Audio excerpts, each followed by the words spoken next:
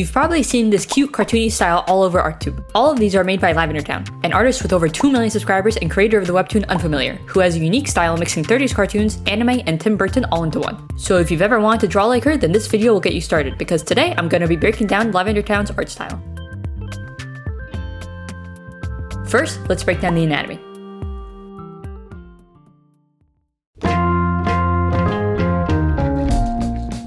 Despite having a cartoony style, overall it still follows standard anatomy patterns, but there are some small details to keep in mind. First, the necks and limbs are usually rather thin, but the hands, feet, and head are a bit big. While this applies to both male and female characters, the gender does often affect the shape of the face and the size of the overall body.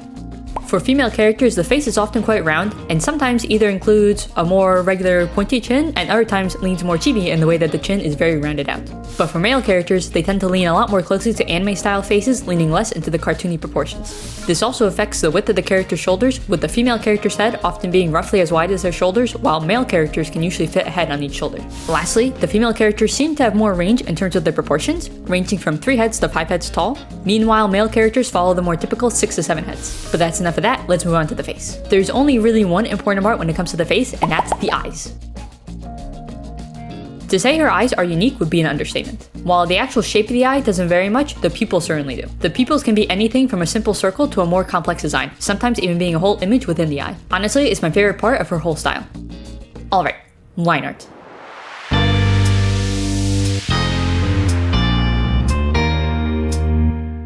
I like to call their line art wobbly clean style. They don't use really sketchy lines, rather the lines are clean, but they're a bit wobbly, which I think adds to the charm and cartoony vibes a bit. For the actual brush, nowadays it seems they use a brush with a bit more texture, but in the past I think they used one that was smooth rather than textured. In Clip Studio, I used the real G pen to get the textured line art look, but for the smooth line art, you could just use the regular G pen brush. You can recreate this brush in other programs by using the basic hard round brush with tapered ends. If you prefer the smoother look, then this is enough, but if you want the textured look, then go in and add a texture brush shape to it, and that should be fine. One last thing that's important to note before moving on is that the eyes often have scratchy lines underneath them.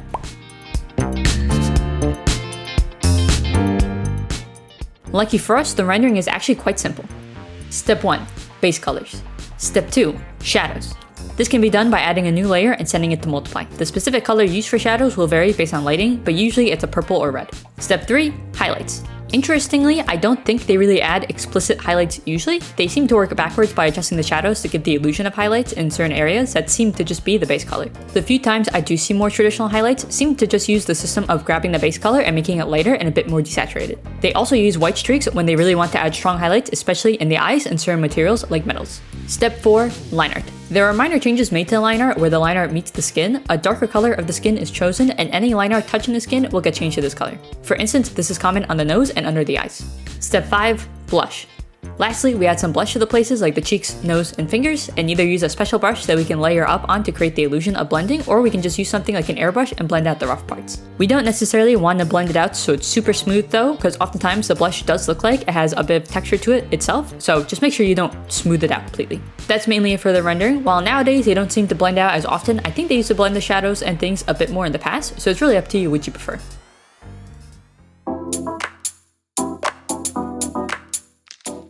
For my master copy, I actually really like this drawing of Jax, so that's why I copied. The line art was pretty easy, I just made sure to lower the stabilization to get a wobblier look. I do think I could have made it a bit thicker though.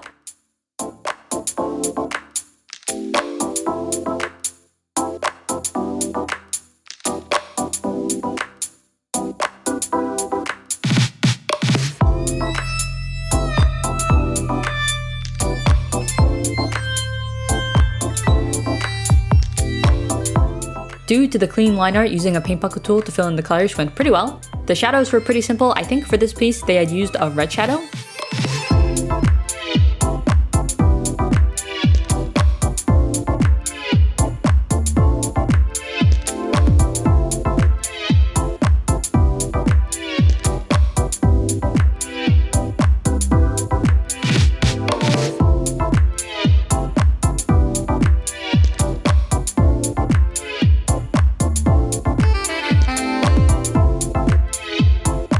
And after the shadows, it was really just touch-ups, changing the color of the line art and making sure to add in the highlights and the tattoo.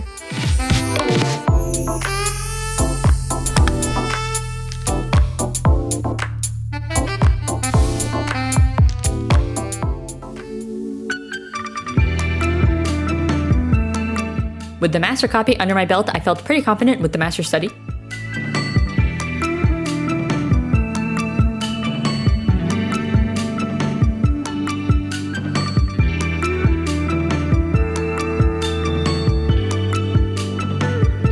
I drew my main OCU Wisp, who I'm working on a webcomic for, and didn't know what pose to go with originally. But I settled on a bit of a crazy look, since I feel like that's a common character type she draws a lot. I also thought it'd be fun to see Wisp looking a bit crazy.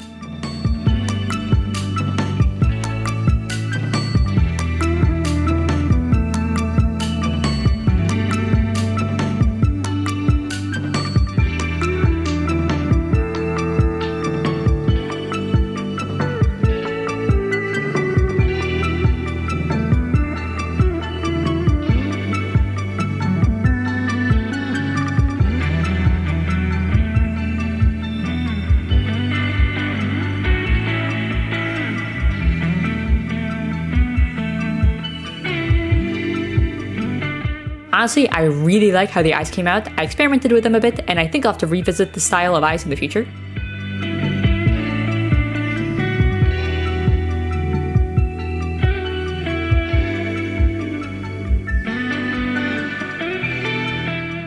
Normally, I wouldn't use a color palette this saturated. I usually prefer muted colors, but honestly, I really liked how it came out, so I may have to mess with this color palette again in the future.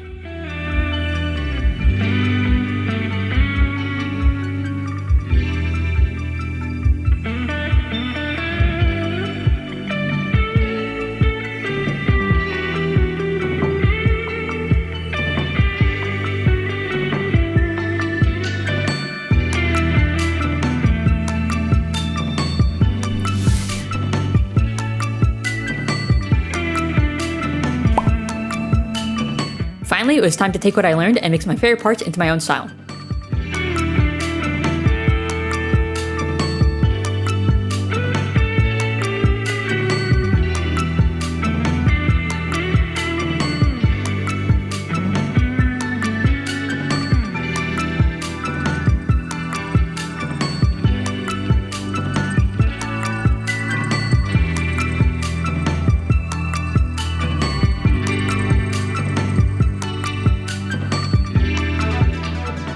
I mainly kept two things, the big pupils with an interesting design and the way they did the highlights in the hair by using a lighter color than the base color.